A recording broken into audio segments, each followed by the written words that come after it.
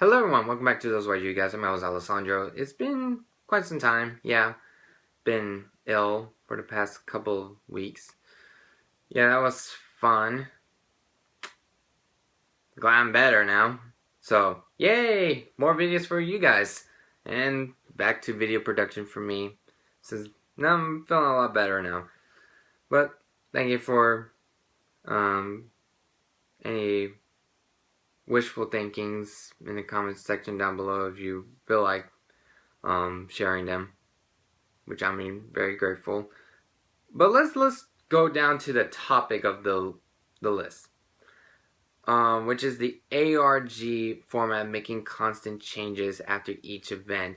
First off, we have the ARG Charlotte, which is their first ARG event under the new ARG ban list. After that event,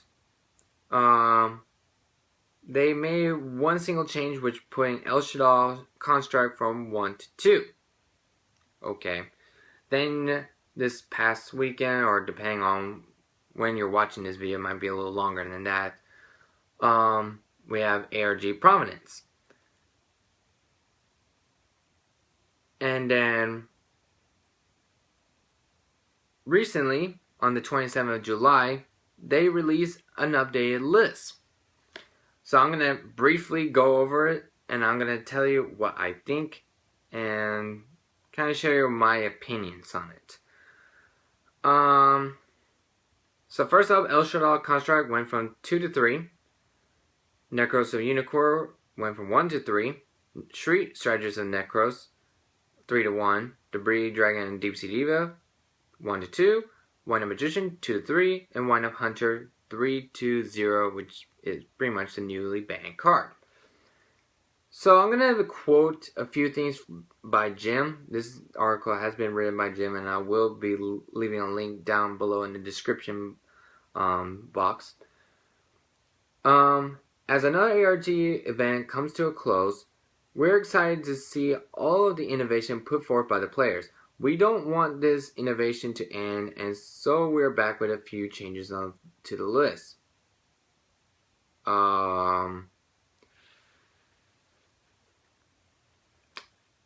First issue I kind of have a address. Why not just let the ARG format play out before you make any sudden changes? That's kind of like one thing I just don't understand. Like, one event does not really say this is how the meta is. I mean, say for example, format starts off with point A, but they usually don't end as point A. Throughout the format, decks and certain strategies evolve.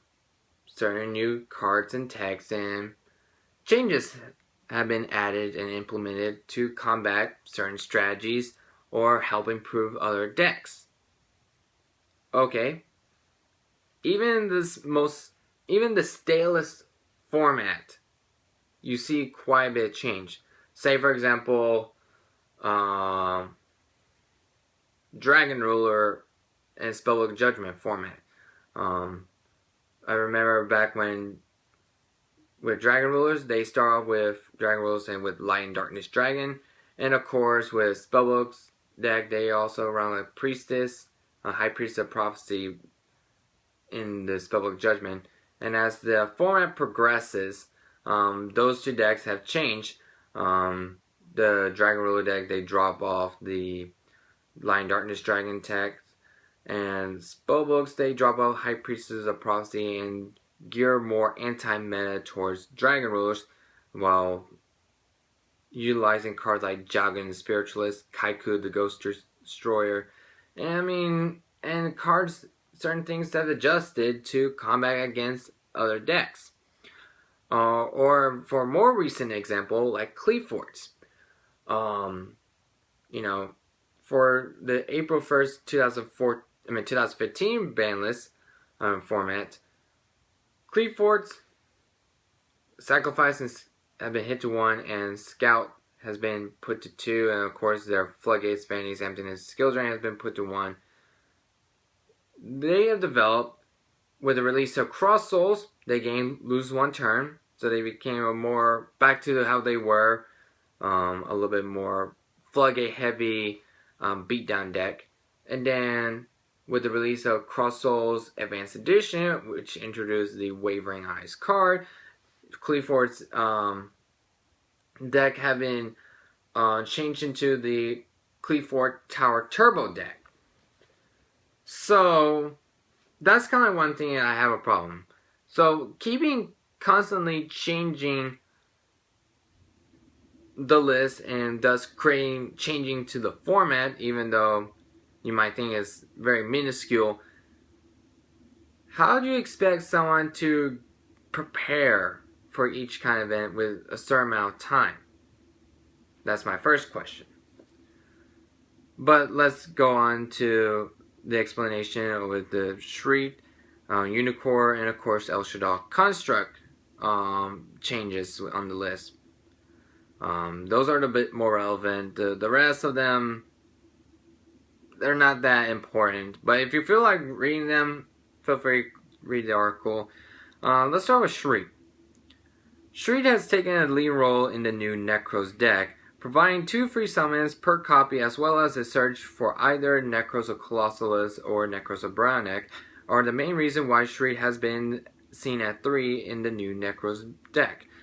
Allowing instant summons of Necros Decisive Armor, Necros of Gungnir, and Necros of Valkyries is proving too powerful for the current format. We wanted to weaken Necros in order to allow other decks to thrive alongside the of Necros instead of lagging behind.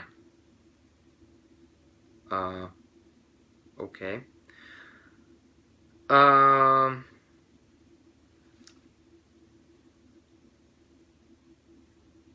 let me finish reading, then I'll get down to what I'm about to say. El Shaddai construct. With the absence of Shaddai once again, we felt we had weakened the deck too far. We want to give them a little more power to try and bring them up to a fair playing field. Necros of Unicorn with Shriek at 1, leaving with Unicorn at 1, will allow other strategies that were neck and neck with Necros to blatantly overpower them. Our goal has always been a diverse meta where anything can do well and keeping true to what we don't want to kill Necros. We simply want to weaken it down to a point where other decks can compete as well. And then finally, the last paragraph. With our new ARG format, we will evaluate the list a little closer for any imbalance after each Circuit Series event. We will look at cards that are unlikely to add more strength to already powerful decks, but might add a new plan of action for decks presently not performing as well as the top decks in the current format. And that was the wrap up of the article. Alright, so let's go back and talk about the Necros thing. If you look at the top 16 for both ARG Providence and ARG Charlotte, Necros have been doing very well. Like, really well. Even with Unicorn at 1 and of course lack of Jin and Laval Chain, and of course the Necros of Trishula being banned over there. Necros are still a very powerful deck and has been one of the more dominant decks, alongside with Burning Abyss, and quite a bit of Satellarknights. And then of course you have like a couple of Ritual Beasts and a couple of Qliphorts decks, and of course one deck that kind of stands out was Heroes, but that was it. That's all the decks that have topped, really. So let's go back to the first list real quick. Let's talk about the Necros of Trishula. This one's big and important. Our committee member wrote that Trishula is so much more powerful than every other card that is currently legal, and is the only part of Necros that makes it so dominant. If we outright ban the card, Necros is still a playable deck, but is not the dominant deck. Yeah. Look how well that went.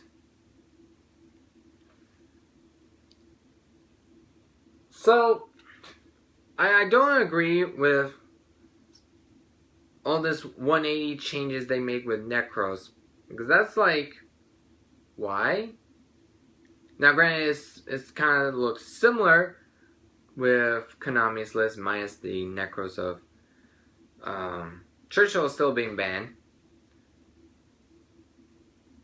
Necros is still going to be a very powerful deck, and I remember a YouTube channel called Phoenix Player X. He mentioned a video was banning Necros of Churchill the right way to hit Necros. He gave out his explanations. If you want to check that video, I highly recommend it because I'm not gonna say it verbatim. That's definitely for you to look up and check out. But like El Shaddai Construct, okay, fine. Shaddais haven't really been topping at all, but my question is that what will happen if all of a sudden the next ARG event, Shaddais have done really well and top a lot? Would you have to hit it again? When you're like, oh, we felt bad for Shaddais. Oh no, now it's topping too much. We need to hit it again. Like, that's like one thing I don't understand at all. Unicorn, okay. Still, I'm just kind of like...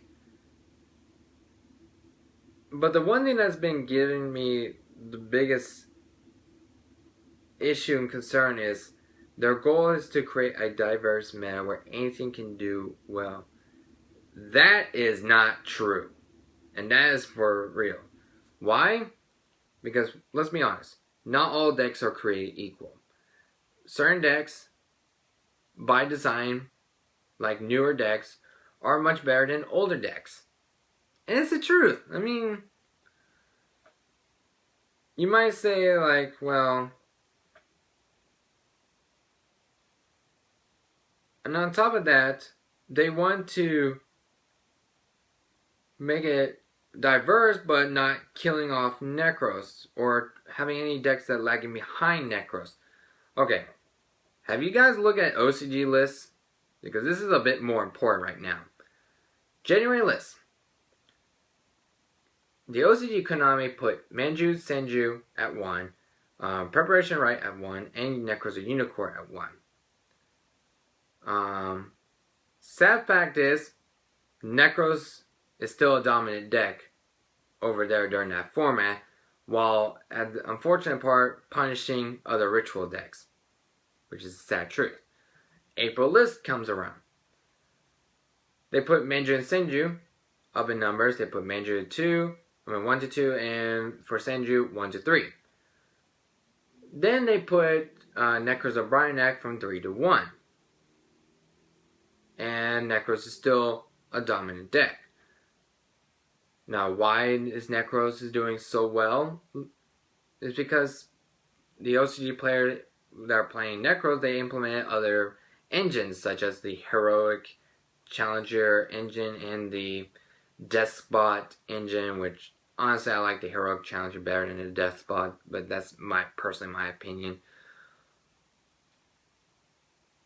But it shows like how powerful Necros is. And regardless of how you're going to say it, like going into the future from now, you're going to look back as like, you know, Konami has really made a really powerful ritual-based deck, and honestly, they really have, and that's something you cannot take away from Konami. I mean, they have been, they actually made a very powerful ritual-based deck, and some people wanted to see a competitive ritual-based deck, and here you have it. May not be what everyone hoped for, but they deliver. I mean, what can you say? So, with changing the list after each event, I think this is not a good idea. You're creating a very interesting situation where like the format of the ARG or the previous ARG format events are not the same as time progresses. Now, like for example, with now El Shaddai Construct going into 3, I mean, Shaddais are a bit more relevant now. Especially even with El Shaddai Fusion, we're still currently at 1. I mean, you can do like a light monster and a Shaddai, or El Shaddai Construct and another Shaddai or a light monster, utilizing the El Shaddai Fusion, fuse construct with another material to make another construct. Then that El Shaddai construct that has been fused will retrieve back the El Shaddai fusion that you gain back. So really, you're not really losing much. So that's kind of what I'm saying. Now, Shaddais are somewhat a bit more relevant. I wouldn't say it is going to make them dominant, but now they have a chance. Slightly.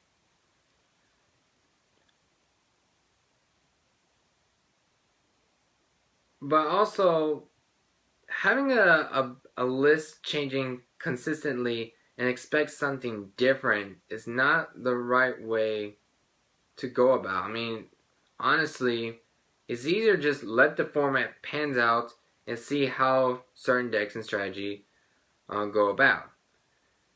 Now granted, people will complain that just by doing that, format will become staler.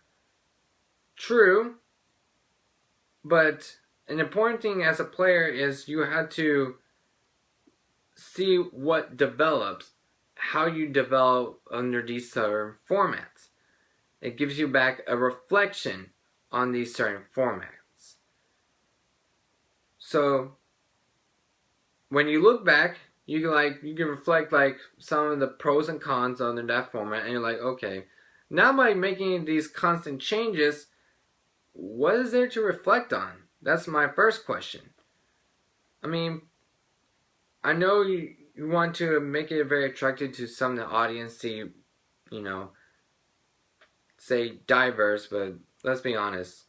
Some players have a problem with diverse formats. They prefer to have like a one deck format or even a rock, paper, scissors like format rather than just a whole bunch of decks. Due to numerous reasons, namely side decking in a 15 card side deck and stuff like that. Whatever the reason is, I mean, the thing is, people are going to complain, and just paying attention to complaining will just give incentive to players to complain even more. In life, you kind of have to learn, it's like, okay, either you just suck it up and move on, or you're just gonna feel like a complete dummy and just like complain consistently, like having nothing to do with your life. But that's just me from viewing it. Now, I know some people prefer ARG format over Konami, and other people prefer Konami over ARG. That's fine. I mean, it's your choice. I'm voicing my opinion on how I view how they're presenting this in a way. The way I kind of view with these changes, like kind of like emergency change, is like if something becomes prevalent or something very degenerate, as some players would like to say, or too broken is a terminology we kind of loosely overused in the past and kind of currently been using, but I don't like using that term. Emergency lists kind of make touch-ups on to prevent those overbearing strategies from becoming serious. Not in the way they expect, like do a touch-up list and strengthening older decks. That's not how an emergency ban list works. Maybe this is me for being a conservative-minded person. Well, I'm more in between, like not truly conservative, but not extremely liberal as well. I don't know what you guys think. I mean, if you like ARG, go for it. That's your choice. I personally find certain flaws in this direction they're going with. Granted, I know people are gonna say, you know, they host a lot more. I know one person in the comment section, one of my one videos I subscribe to, one channels actually. Sorry, I don't know why I'm talking such gibberish. That they host more premiere events, which honestly there are. Well, actually, correction. They are not really premiere events. They're about like a regional size event. Just because they offer cash prizes are not really premiere events. Not to mention, God,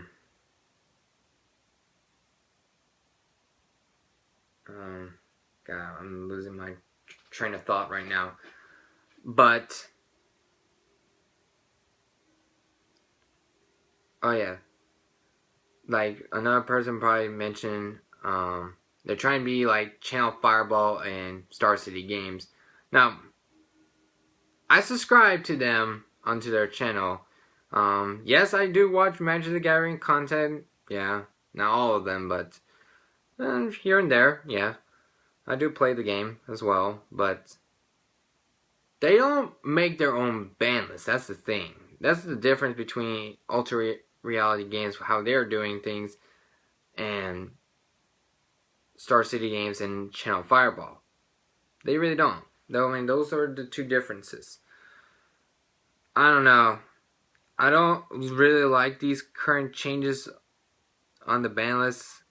Like after each after each event, that doesn't really give you a good enough data set for you to view the format as a whole. That's personally my opinion. I feel like, you know, give it at least a month or so, or like you said, like the first 4 ARG formats, just let's see how that goes, and then you can make any touch ups, and go from there. But not like after each event. That's basically how I viewed it right there. But yeah, let me know what you guys think about this process, how ARG is presenting these changes on the list. I'm very interested on how you guys view it on it. But yeah, I'm pretty much done. So stay tuned for more ThoseYGuys. Take care. Bye-bye.